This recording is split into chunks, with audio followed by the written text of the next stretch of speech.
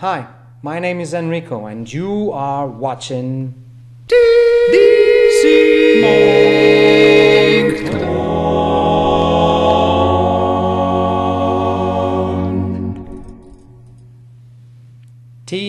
Moncton.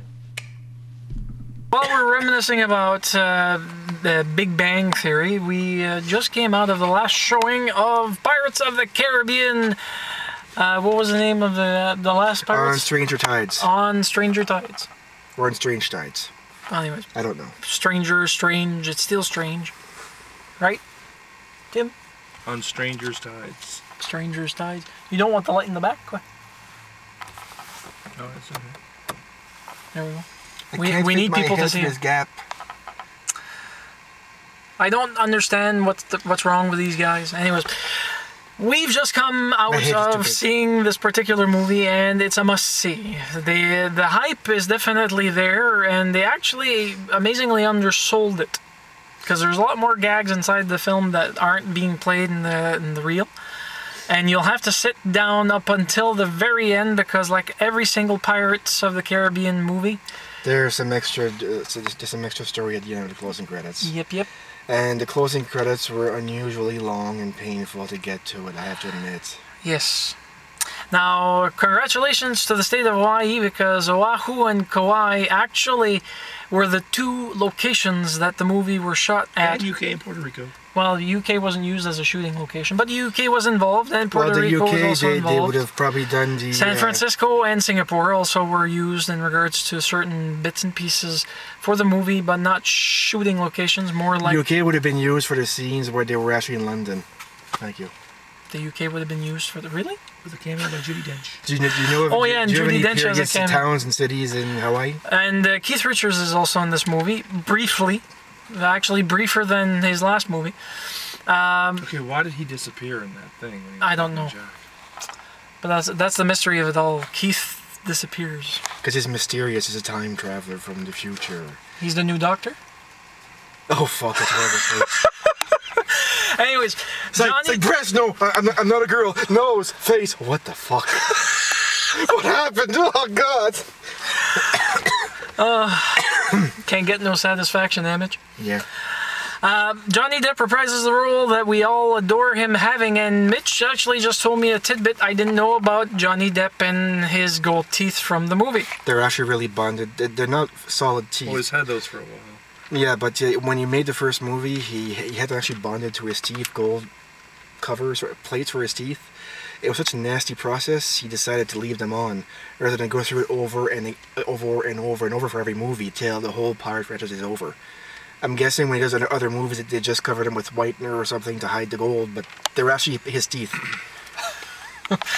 Either that, or you just give him a very big, thick sugar donut from powder It's sugar. strange that Johnny Depp does so many pirate movies, because he's normally doesn't do a lot of sequels, so it's weird that he does. But he does have kids, and I just want to make movies they're gonna like. Although I can imagine his French wife waking up and his mouth is wide open and she sees a reflection in his teeth.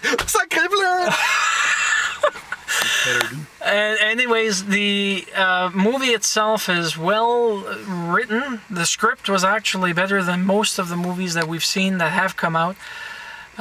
Hint, hint, Skyline. Actually, a lot of movies are better than Skyline. Name one more, Sideria. What? Name one worse movie we've paid to see that was worse than Skyline. Black Mask. No, even Black Mask. Black Mask was your freaking call. I know, but I didn't want to go. But it was still a better movie than friggin' Anyways, the only movie I've ever paid to see in my whole life that was worse than Skyline was Super Mario Brothers, and I was still in freaking grade school. I didn't dislike it. Stop dissing them. Anyways. Farting flamethrowers. They had to make it into fireballs, man. They had no choice. It wasn't fireballs. It was fire farts.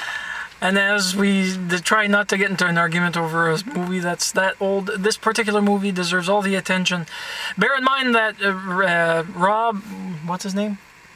I just forgot his name. Director of Pretty Woman. Rob Marshall directed the movie, and he did a very good job, amazingly enough. And what's the name of the actor that did Blackbeard? As you can see, I've got holes in my memory. McShane. Ian McShane reprises his bad boy role as pretty much everything that he's done in his life. Battle of Britain, Deadwood. Yep. Deadwood? Deadwood. Deadwood. But if he was Marbois. he was in War and Remembrance too, the miniseries. Bois mort, actually. So, as you can hear, well, from me and from Mitch and from Tim, who seems to be completely disenchanted with this particular bit. A little drawn out, but it was okay. Although it was curious, for the first time, you never saw Penelope Cruz's hairy armpits or her tits. It's a Disney movie.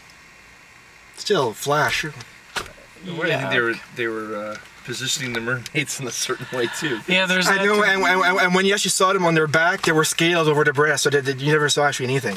Yeah, leave it to Disney. Anyways, folks, you have to go and see it. Form, cover it up. It's But horrible. bear in mind that it's almost 3 hours long. The movie itself lasted a good 2.5 hours, right? Well, roundabout, yeah. But 2 hours. We're counting the opening trailers too. Yeah, count at least 2 hours and about 35 minutes of your time spent in movies. That's with everything from start to finish.